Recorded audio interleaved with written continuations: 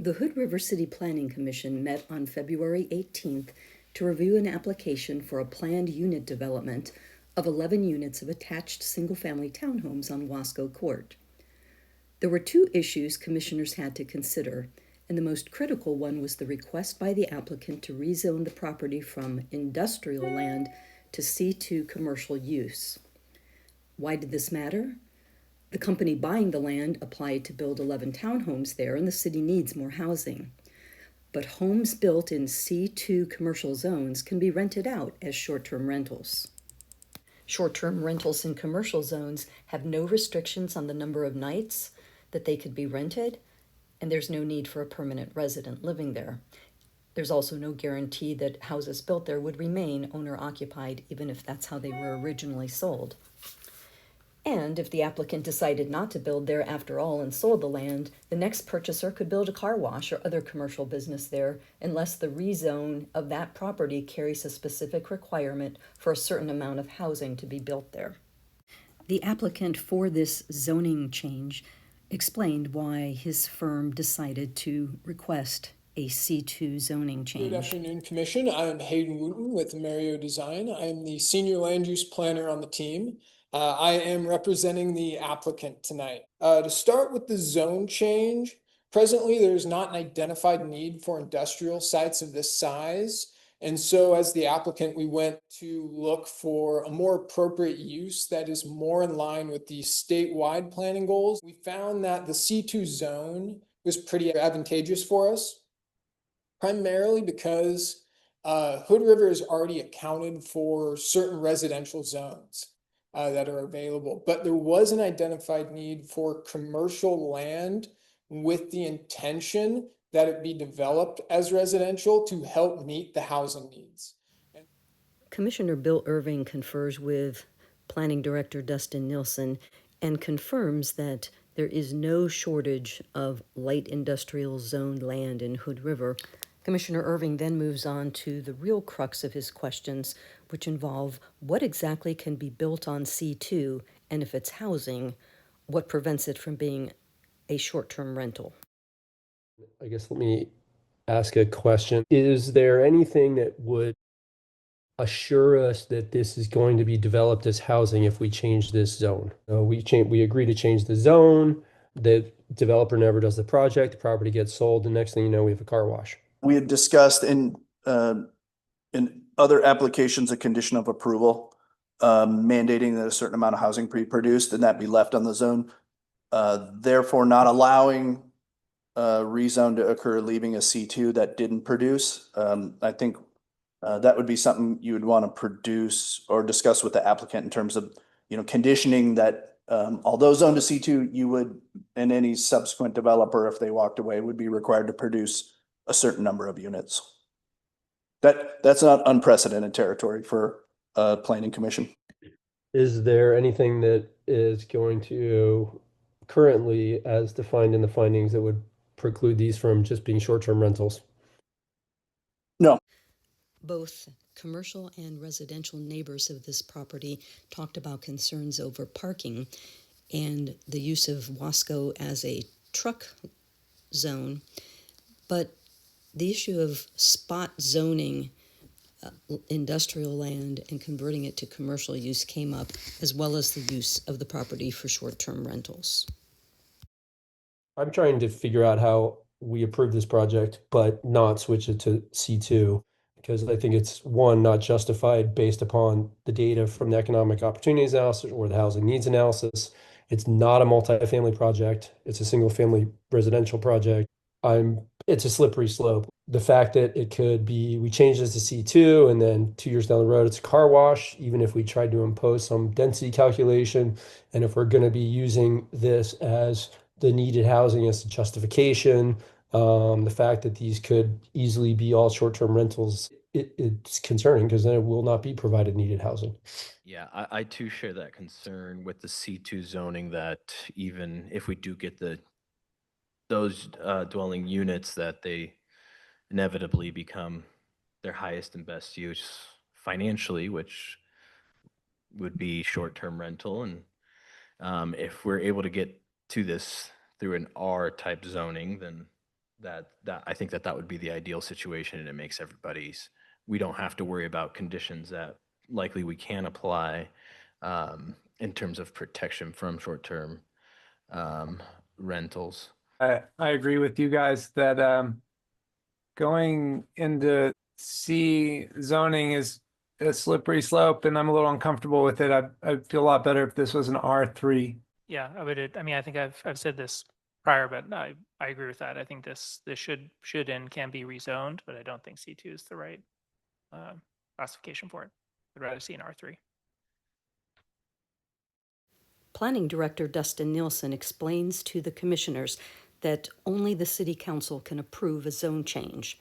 However, it's the Planning Commissioner's role to recommend approval or denial of a specific zone change. Commissioners went on to talk about how to frame this issue for the City Council. What Dustin is, I think what he's trying to say is that we are here to talk about the application as it's set forth to us.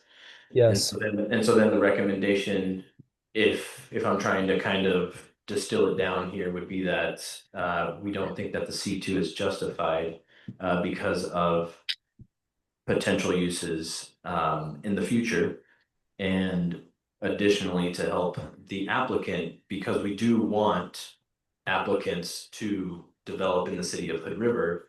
I think what we're asking is if an R3 zoning could come out with a very similar project. Does that sound accurate to your recommendations, Bill? Yes. Yeah, I think point being, it doesn't justify, the housing needs analysis does not justify this rezone for the C2. I think that, in my mind, seems clear. The housing needs analysis does justify this land being used for housing. I would agree. Yeah.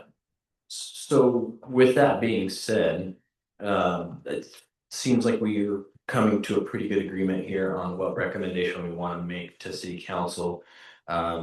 So would we do a motion for this, or is this just something that Dustin, you guys would distill or put into writing for us? We'll put it in writing, but I can get the general points, being back to precedent setting, concern about vacancy, and the opportunity for unforeseen uses in the C2 zone, those commercial that wouldn't move the needle on your H&A, proliferation of short-term rentals, concern that the justification is not there for a C2 zone under the H&A, and that the applicant could get there with an R3 designation. Get there meaning get to an approved development of equal density. I mean, that's not, I think we're not voting. I mean, that's not the application. So I think I would be concerned in. Commentary is commentary in your findings Yes. of your non-C2 recommendation. Okay. Yeah, so we would want a motion to set this. As chair, I'm not allowed to motion. Correct. Do we have a motion to recommend? Yeah, so I can have a go at it. Thank you. I guess I would recommend that we, I'll make a motion to recommend to council to not approve the C2 rezone. With the following justification for our recommendation included, that it's not consistent with the surrounding area, that we have that the housing needs analysis does not justify this being rezoned to C2, that Dustin is going to remind me of the other ones. Precedent setting, that this could be precedent setting, and we don't want that to be the case. And unforeseen uses, both straightforward commercial and also potentially short-term rental of the proliferation of STRs. Do we have a second? Yeah, I'll second. All in favor? Unless there's no more discussion. Take Hold on a sec. Yes. Let's have a discussion on the motion. Let's amend the motion, or I would suggest that we can amend a motion. That I guess the only thing that I would add is in the event that council is going to consider approving this, that they should impose additional conditions to satisfy our concerns. That would be a part of our recommendation. I think if the motion's been made and seconded, we have to vote and then make a new motion. Is that correct? That's my question. In order to amend the motion, we would have to have both the one who motioned and the second allow for reconsideration. Okay. So it's not super formal, but if you both agree, you can back out and then have that amendment. Okay, Bill, can you say that one more time? Yeah, I guess, I mean, we stated our case pretty clearly, or our thinking. My concern is that council hears what we had to say and they're like, oh, let's just approve this. In the event that they approve it, I would like to really make sure that goes back to my question of Dustin earlier. They do have the ability to insert additional findings at that point. So I think we should highlight for council, if they're going to approve it, that they have the ability to add additional findings that could address a variety of different concerns. And I guess that specifically could be related to, the precluded from doing short-term rentals on the site, that they were guaranteed to do a minimum number of housing units under any development scenario. But those sounded like conditions, not findings. Yes. That they could Yes. apply conditions, not findings. Yes, yeah, correct. Yep. Yeah, So I like your motion. I would just suggest we amend it if we choose not to. I'm okay amending it with, we would make the recommendation to council to include conditions that would mitigate any of these concerns that we have. In the event they're going to approve it, yes. Okay, so We're recommending that they don't approve it, but in the event that they do approve it, we're suggesting that they at least should heavily condition it. okay, so I'm hearing that you guys are both okay with backing out of the initial motion.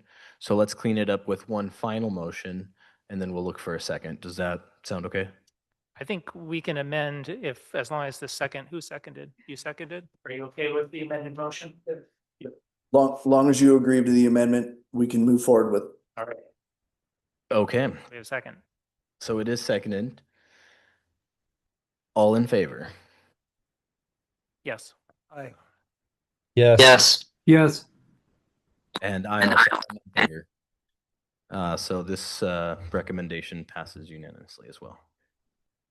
That motion is approved. You have a decision on the PUD and a recommendation on the zone request. That will go to before council at a sub hearing. We'll advertise that time and date certain. And then we will render this decision in writing. We'll ask you to sign it. That will start that process.